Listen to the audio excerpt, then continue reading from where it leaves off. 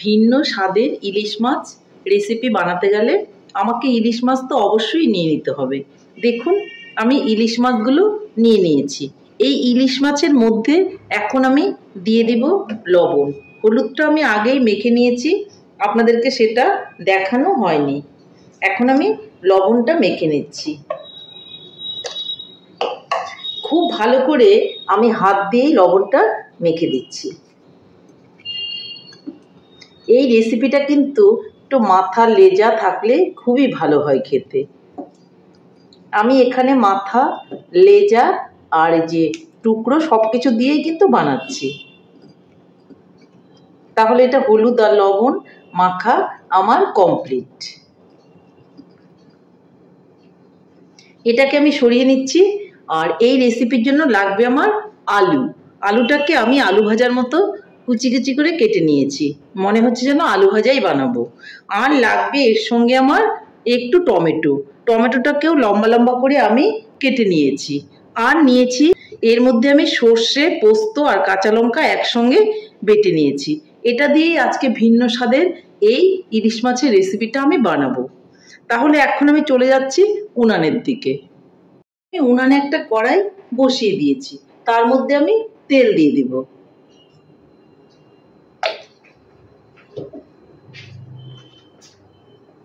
তেলটা কিন্তু গরম হয়ে গেছে, আমি মাছগুলোকে একটু ভেজে নিব।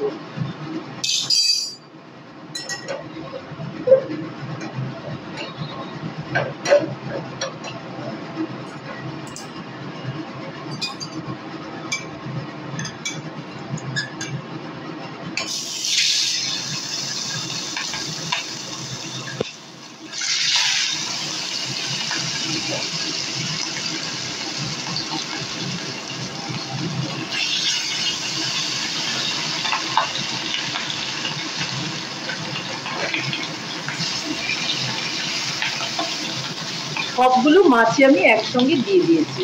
এগুলো আমি এপিট উপিট করে অল্প হালকা ভেজে আমি তুলে নিব। মাছগুলো আমার ভাজা হয়ে গেছে, খুব কড়া করে ভাজার কোনোই প্রয়োজন নেই। দেখুন এখন আমি মাছগুলোকে তুলে নেব।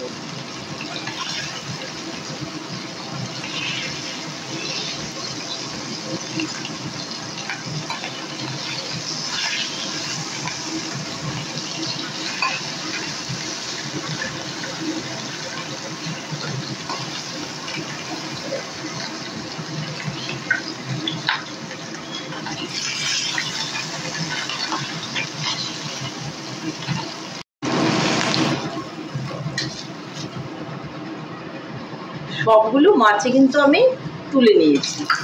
এর মধ্যে যেইটুকু তেল আছে মনে হচ্ছে আরো একটুখানি তেল প্রয়োজন আছে, তো অল্প করে আমি একটু তেল এর মধ্যে দিয়ে দিলাম। এর মধ্যে কিন্তু কোনো রকমের ফোড়ন দেওয়ার প্রয়োজন নেই, ফোড়ন ছাড়াই কিন্তু এই রান্নাটা হবে। তাহলে আমি আলুটা যে ভাজার মতো কেটে রেখেছিলাম সেটাকে ছেড়ে দেব।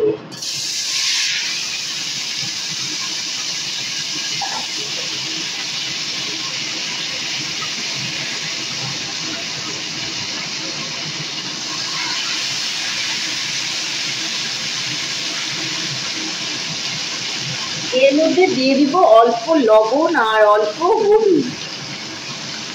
লবণটা বুঝে দেবেন যেন লবণ কাটা না হয়ে যায়, প্রয়োজন হলে পরে একটু মিলিয়ে নিতে পারবেন। একটু নেড়ে চেড়ে নেব।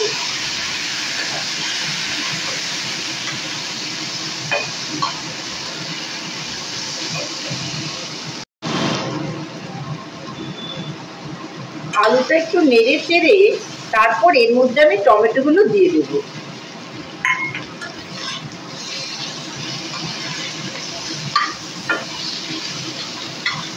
টমেটোটা দেওয়ার পরেও কিন্তু একটু নেড়ে চেড়ে দিচ্ছি।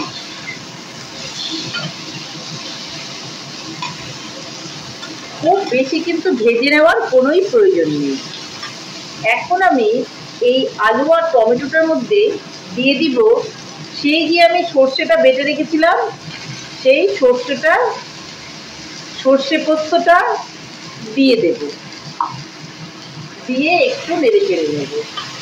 এখন কিন্তু আঁচটাকে একদমই কমিয়ে দেব। এটা হালকা আঁচেই কিন্তু রান্নাটা হবে।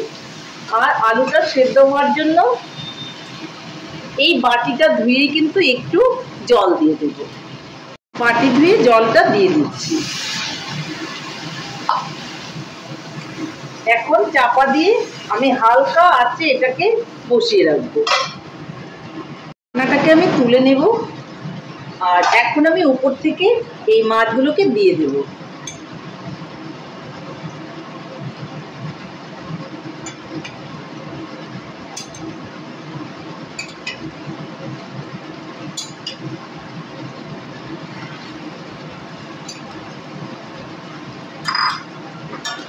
আর নিচ থেকে একটু আলুগুলো তুলে তুলে উপর দিকে এইভাবে দিয়ে দেব।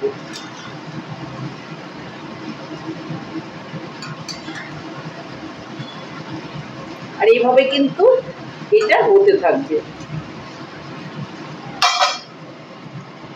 ঢাকনাটা তুলে দেখে নিচ্ছি। দেখুন খুব সুন্দরভাবে কিন্তু আমার মাছটা হয়ে গেছে। এই দেখুন কত সুন্দর হয়েছে। এখন আমি নামিয়ে নেব।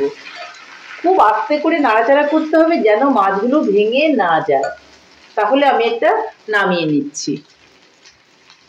দেখুন বন্ধুরা, ফাইনালি কিন্তু আমার ইলিশ মাছের রেসিপি কমপ্লিট। আলু দিয়ে অত সুন্দর করে ইলিশ মাছ করবেন, দেখবেন খেতে একদমই আলাদা হবে। এর স্বাদটা একদমই অন্যরকম হবে।